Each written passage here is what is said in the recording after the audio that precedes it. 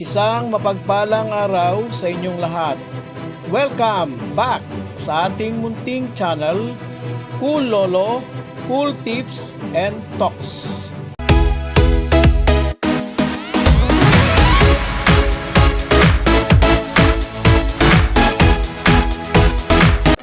Wednesday, December 31, 2025.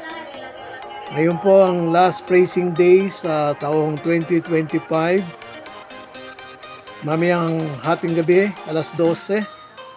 Mamamaalam na ang 2025 at atin naman pong sama-samang sasalubungin ang New Year 2026, Year of the Fire Horse. Happy New Year po sa inyong lahat.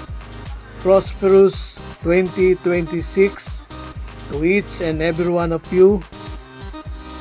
Welcome, Year of the Fire Horse. Muli po, manigong bagong taon sa inyong lahat. Babati po sa inyo ang aking mga apo. Heto na sila!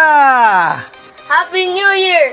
Welcome 2026! Year of the Fire Horse! Happy New Year! More blessings sa mga Cool Lolo followers! We wish you isang masaganang 2026 mga subscribers! Prosperous 2026! Happy New Year!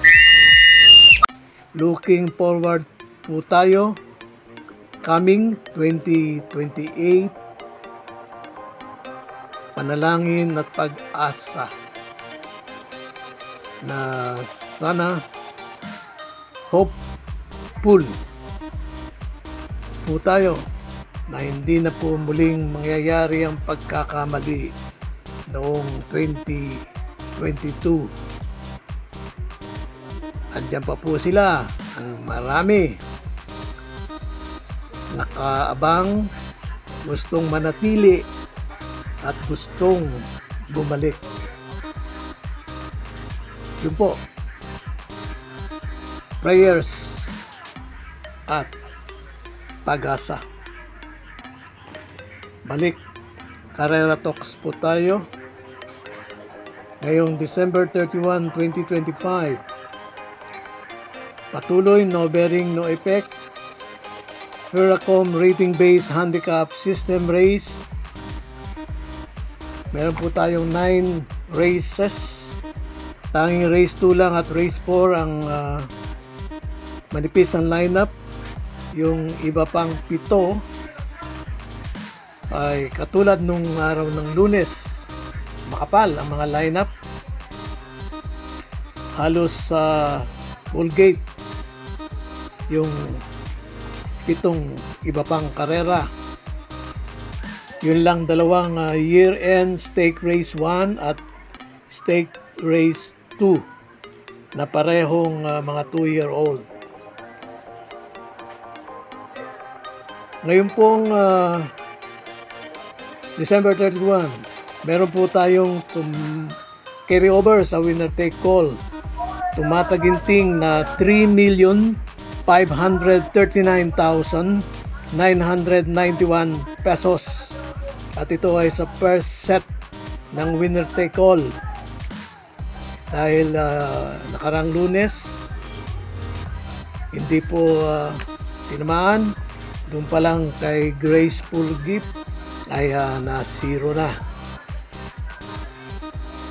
So ngayong araw ng Miyerkules, first set ng winner take all covers races 1 to 7. Race 1. May Super 6. Ito pong race 1 ay solid. Nakapaloob sa rating base handicap group na 11 to 15. At narito na naman po tayo. Dito sa race 1. Narito po yung ayaw manalo, nagpatalo. At nandito rin yung tumalo, si Harana. So, Hindi naman po sa matigas ang ulo, nagbabase lang po tayo sa real talk. Kaya ang ating pong cool first and only choice, number 8, high octane skipper by ang Jackie JT Sarate.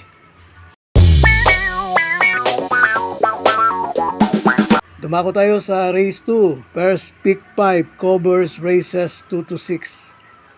Ito po yung MMTCI year-end stake race 2, 1,200. Ito yung unang 1,200. Ang ating pong cool choice dito, napansin ko po na yung mga tip ay may mga race na merong dissenting o kontra doon sa majority na tip, at hindi ko po alam kung anong reason o behind. Ganun pa man, dito sa race 2, cool first and only choice ko po o natin ang number 1, Auto Cruise. Pati R. Dilemma on top.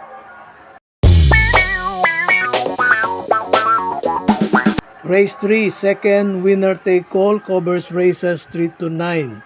May pentapekta. Solid din nito. 11 hanggang 15 ang rating base handicap group. Lahat.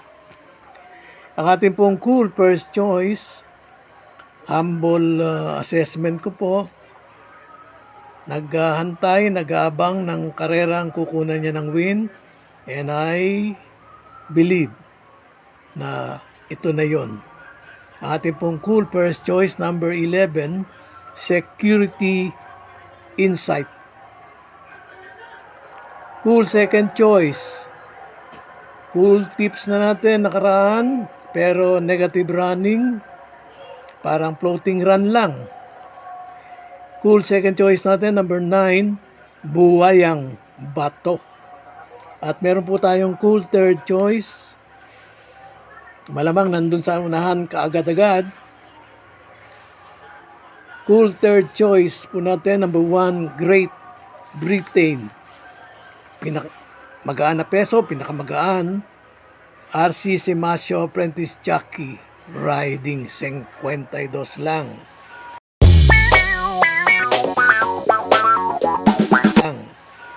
Race 4, pick 6, covers races 4 to 9. Ito po yung another 1,200 meter MMTCI year-end stake race 1. At dito, ang ating pong cool first and only choice, coupled entry, 2, Brown Tiger, 2A, Tiger City. Sa likod ng programa, race 5, second pick 5, covers races 5 to 9. Meron pong Super 6, 17-41 split classification, at ang lineup na ito ay solid. Lahat 11 to 15 rating base handicap group.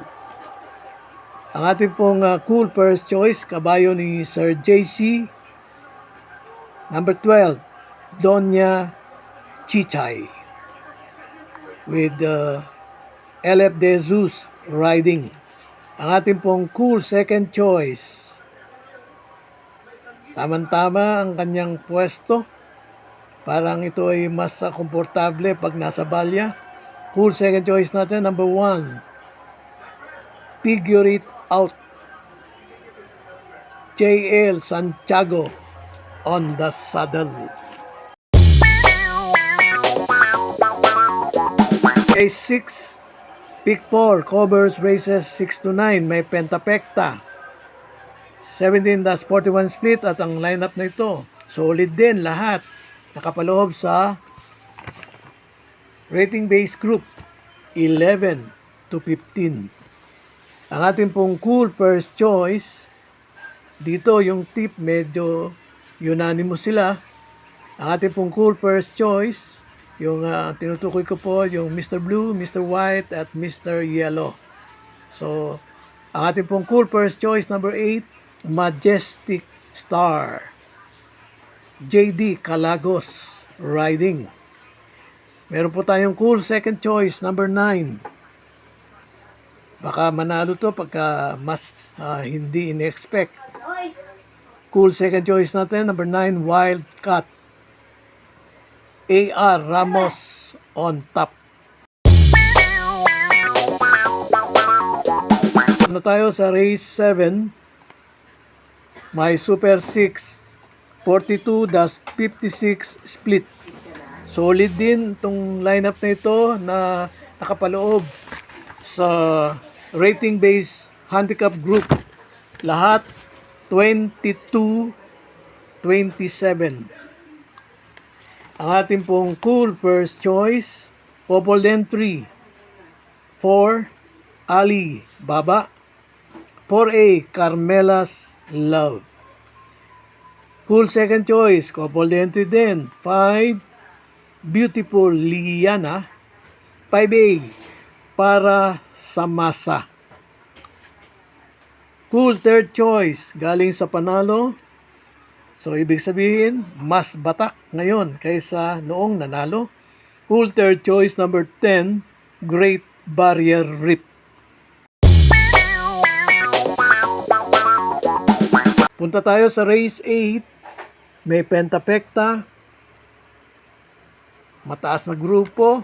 Ang classification, 57 hanggang 70. The highest sa araw na ito, last racing day ng 2025. Ang lineup na ito medyo merging. Parang 28 hanggang 46 dahil tatlo pong rating base group ang nag-merge dito. Merong 40-46. Kung di ako nagkakamali, yung number 8, number 2 to A. Tapos meron din itong 34-39. Kasama na ron yung number 1, number 9, number 12. Pero meron din tong yung mas mababa na 28 hanggang 33. Nandun yung 5A, 4, 5, 7, at 14.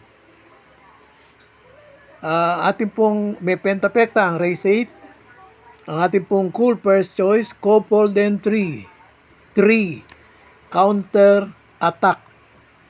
3A, Speed Runner. Cool second choice. Kinukonsider ko po na nasa unahan. Kung hindi man, palagay ko hindi naman pipilitin kung hindi kagad pinakauna. Pero nasa unahan talaga ito. Cool second choice natin, number 8, Shiver Me Pink.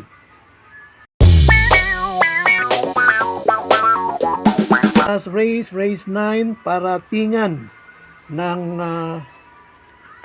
second set winner take all, race 3 to 9.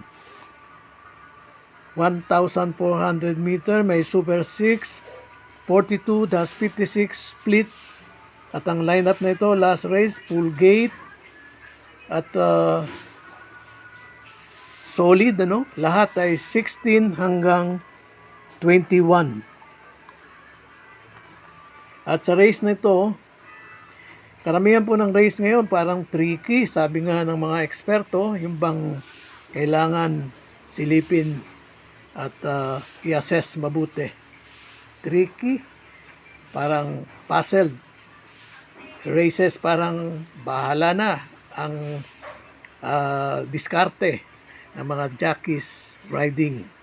So race 9, ang ating pong cool first choice, number 7, Marvelous Maxine with jockey J.A. Guse. Ang ating pong cool second choice, number 9, Full Combat Order. Dan L. Camaniero on top. At meron po tayong cool third choice. Ito po, lagi nating cool choice noon, nung nabitiwan natin, tsaka nanalo. Full third choice natin. Kaya minsan, ayaw ko pong bibitawan kagad ang ating pong mga na-assess na kabayo. Uli, ating pong cool third choice, number 12, Elizabeth Joy, is keeper by J.C. De La Cruz.